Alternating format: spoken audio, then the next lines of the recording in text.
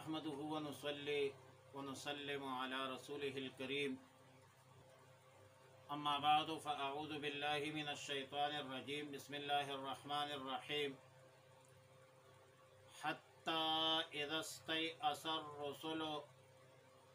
وظنوا أنهم قد كذبوا جاءهم نصرنا فنجي من نشاء ولا يرد بأسنا عن القوم المجرمين۔ پارہ نمبر 13 سورہ یوسف، رکوع نمبر 12، آیات نمبر 110 اور 111۔ فرمایا حتی اذا استیأس الرسل، یہاں تک کہ جب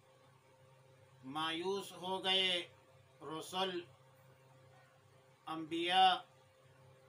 وظنوا، اور انہیں گمان ہوا، انہم قد کذبوا، کہ وہ جھٹلائے گئے ہیں، جاءہم نصرنا، تو آ گئی ان کے پاس ہماری مدد، فنجی من نشاء، پس نجات دی گئی، من نشاء، جنہیں ہم چاہتے تھے، ولا يرد بأسنا، اور نہیں ٹالا جا سکتا، بأسنا اے عذابنا، ہمارے عذاب، عن القوم المجرمین، مجرم قوم سے، مجرم لوگوں سے۔ لقد کان فی قصصہم عبرۃ لأولی الالباب، تحقیق کے ساتھ ہے فی قصصہم، ان انبیاء کے قصوں میں، عبرۃ، عبرت، لأولی الالباب، عقل مندوں کے لیے۔ ما کان حدیثا یفترا، یہ قرآن کوئی بنائی ہوئی بات نہیں ہے، ولیکن تصدیق الذی، لیکن تصدیق ہے، الذی بین یدیہ، جو اس سے پہلے تھی، وتفصیل کل شیء، اور تفصیل ہے ہر بات کی، وہدی، اور ہدایت ہے، ورحمۃ، اور رحمت ہے، لقوم یؤمنون، ان لوگوں کے لیے جو ایمان لاتے ہیں۔ گزشتہ آیتوں میں انبیاء علیہم السلام اور انبیاء علیہم السلام کی بعثت اور دعوت حق کا تذکرہ تھا۔ مذکورہ آیتوں میں انبیاء علیہم السلام کی مخالفت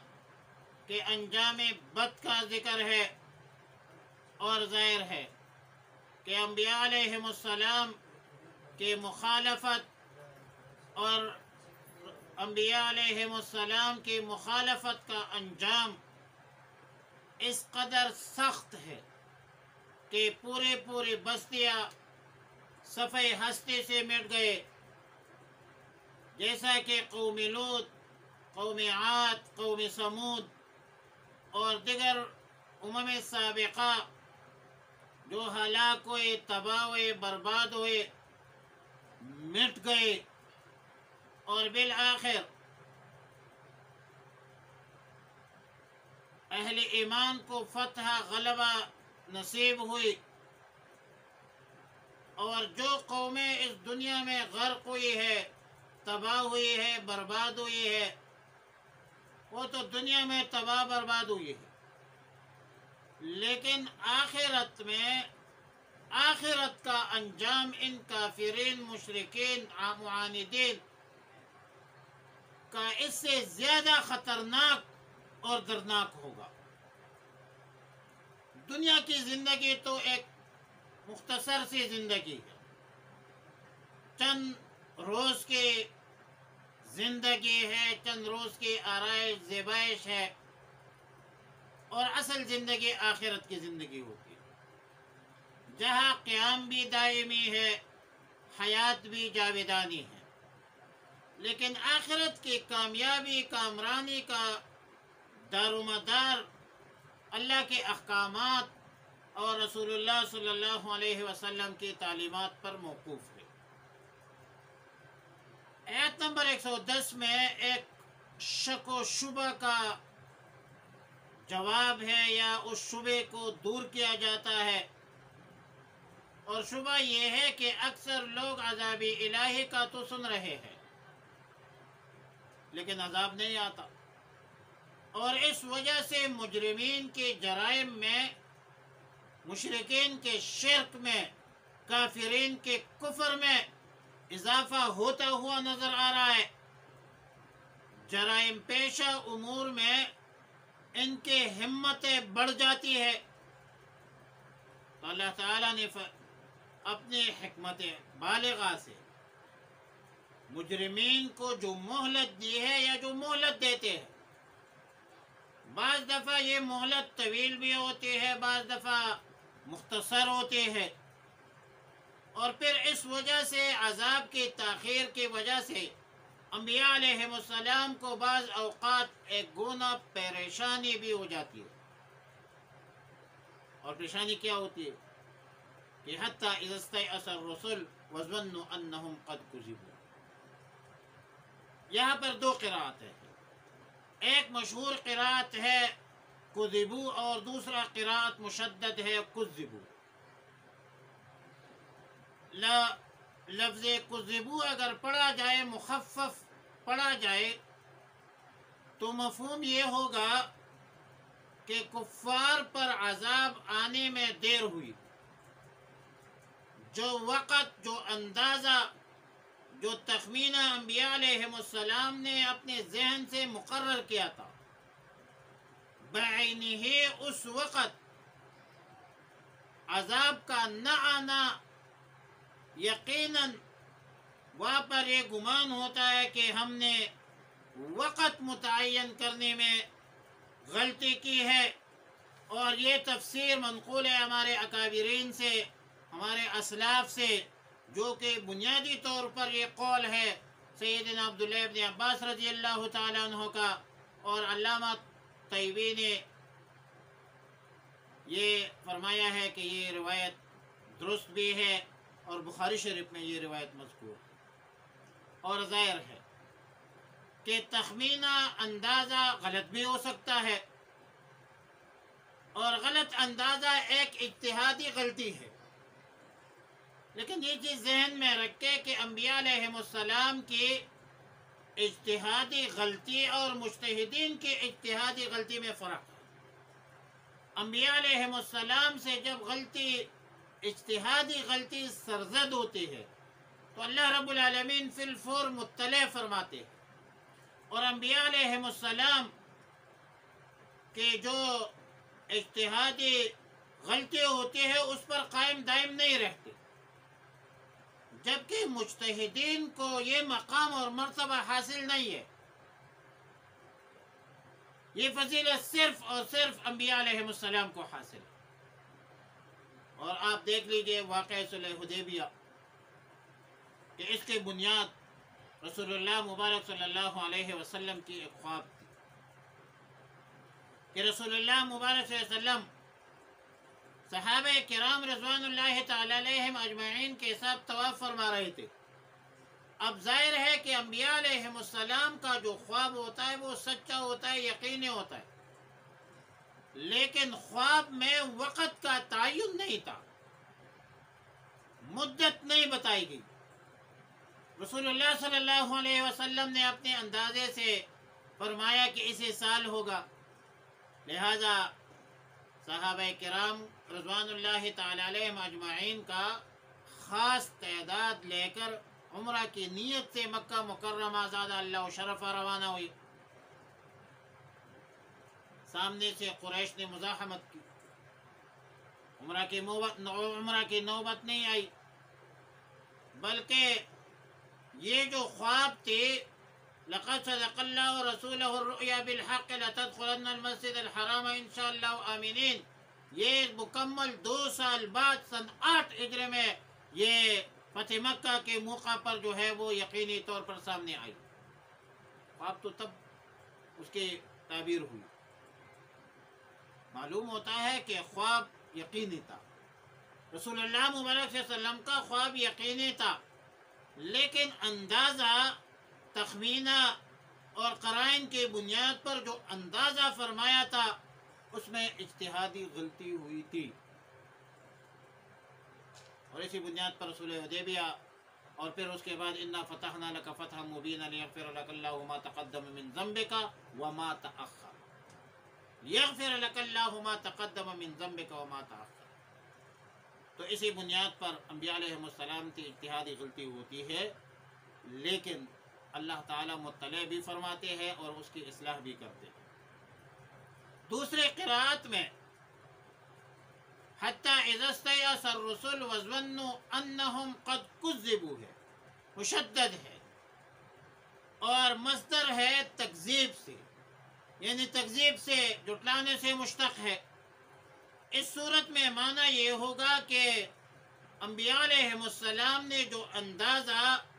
اور جو عذاب کا وقت مقرر کر دیا تھا، اس وقت عذاب نہ آنے سے